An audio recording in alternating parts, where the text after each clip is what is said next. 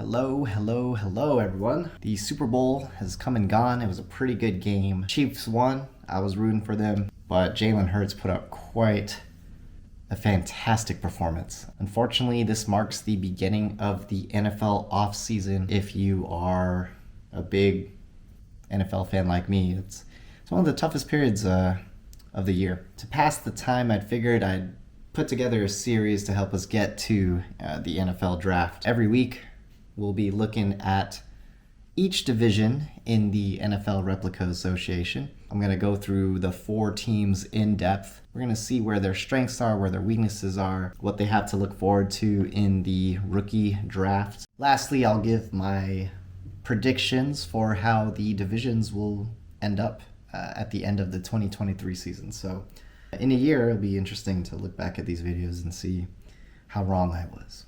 Before we go into that, I just want to let you know there is a rebrand on this channel. I didn't want this to be specific to the NRA. Some people might think it's a different kind of channel. Instead of focusing on one league, this could be a channel that talks about any kind of 32-team Dynasty fantasy football league. It's quite a unique format, so there's not a lot of content on it. I figured, why not start creating content specifically for this format. So we are now 32 deep. Are you ready for some football? Yep, full title and all. Gotta have that soundbite in every time. So without further ado, let's get to the rankings. So the NFC West is the division I'm going to start off with. When I look at the strength of the schedule for all of these teams, they're all in the top 10. You got the Seahawks with the 6th hardest schedule, Cardinals with the 9th hardest schedule, the Niners with the 5th, and the Rams with the 3rd toughest schedule in the league based on last year's points scored. But one of these teams will make the playoffs, and I think that is going to be the Rams. The Rams just have a lot of talent, pretty top-heavy team, but man, McCaffrey, Eckler, Evans, that's a 3-headed monster right there. Even Jared Goff is a QB stud. I mean, you look at him, he put up a QB1 season, and I think the Lions actually believe in him. So, it's good to see that. Kadarius Toney, there's talks that he could be like the Tyreek Hill replacement in Kansas City. This Rams team is just, got a full starting lineup of studs.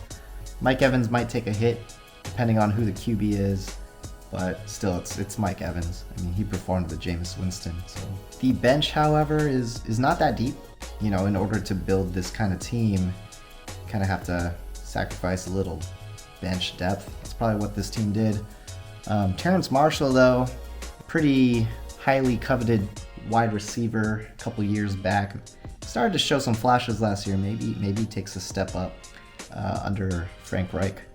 This team has no draft picks, so they're definitely in win now mode. Second place in the division, I think, is going to go to the Arizona Cardinals. Patrick Mahomes can carry this team to the NRA Super Bowl just like Josh Allen did for the Browns last season. But looking at the rest of the team, it's actually not so bad. Like, I think one of these players is going to step up. I think Calvin Ridley is going to have a surprisingly good season down there in Jacksonville.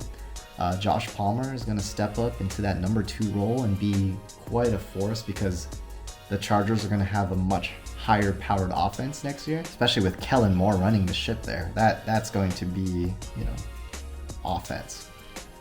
I think Deontay Johnson has a better year, kind of returning to form like he was 2 years ago. Quanko started showing flashes at the end of the year, but the Titans situation is a little weird. They're kind of on the downswing.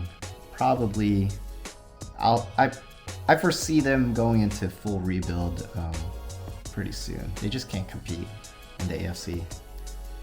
As far as draft picks go, this team's got a 111 and a 117. Those are 2 really good picks to have, especially in a deep league like this.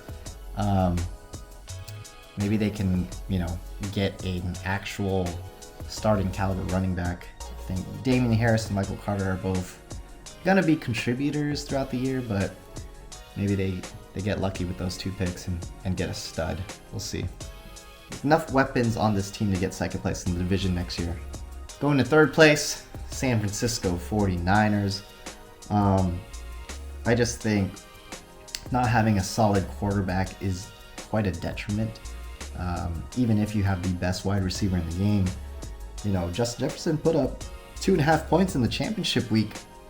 That's you know, that can always happen. But you know, without a steady quarterback, just like in the NFL, your team is not confident going into the week.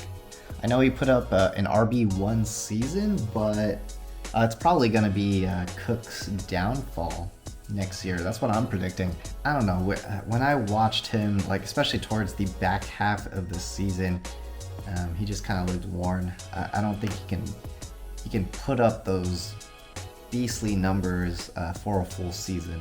This team's got D-Hop, who knows, probably won't be on the Cardinals next year, which is good news for this 49ers team. Look at the rest of their roster. Not a whole lot of relevance there, especially at the QB position. We've got a three-headed monster of Jameis Winston, Baker Mayfield, and Sam Darnold. I think that's an interesting quarterback carousel. Probably one of those quarterbacks is going to be relevant next year. My bet is Baker Mayfield on a one-year deal just to keep the ship afloat until some injured starter comes back. Yeah, you know, I think the Cardinals would be a good place for him to go, to be honest. This team has one pick in this year's draft, 19th overall pick. Should help out. Last place are the Seattle Seahawks. It pains me to say it. You know, I'm here long term, of course, so I'm in it, but I'm looking to get better for the future. If we look at the roster, there's nothing really solid about this team. Breece Hall, I'm hoping he comes back at full strength and is what he was beginning to show, a dominant RB1. Another hope is that Desmond Ridder becomes the Falcons' long-term answer at quarterback. I was pretty high on him. I thought he was going to be the best quarterback in this draft. I think that's a low bar, really, so it's not saying a whole lot, but I think the Falcons are going to give him another shot next year. You got A.J. Dillon, unfortunately, is not going to take over the backfield. Aaron Jones just agreed to take less money and stay. I was particularly banking on Aaron Jones getting cut and moving on to a different team, so A.J. Dillon could take over. But I think after last season's performance, the Packers were probably just like, ooh, we gotta keep what we have in Aaron Jones. And, you know, I don't blame them for doing that. So yeah, this is a rebuild. We've got 4 first rounders. I don't really need to keep anybody on this team right now. I mean, yeah, let's just pretty much drop and reload. Noah Gray though, Noah Gray. He could eventually step in for Travis Kelce. I'm hoping that I draft well. But this team is not looking forward to next year. At least they have their first round pick, unlike this year. Crossing my fingers for Marvin Harrison Jr. But yeah, it's gonna be a long season. Yeah, sorry Seahawks fans. And so there you have it. There's the NFC West divisional preview. I'm gonna do these once a week, at least I think. Let me know what you think. I see there's a lot of people on the trade block, so check that out. Trying to make some trades. You know, we gotta do anything we can to survive this dreaded off-season period. But yeah, until then, I'll see you guys later. Get your trades in, not your waivers, unfortunately. But yeah, have a good one. Peace.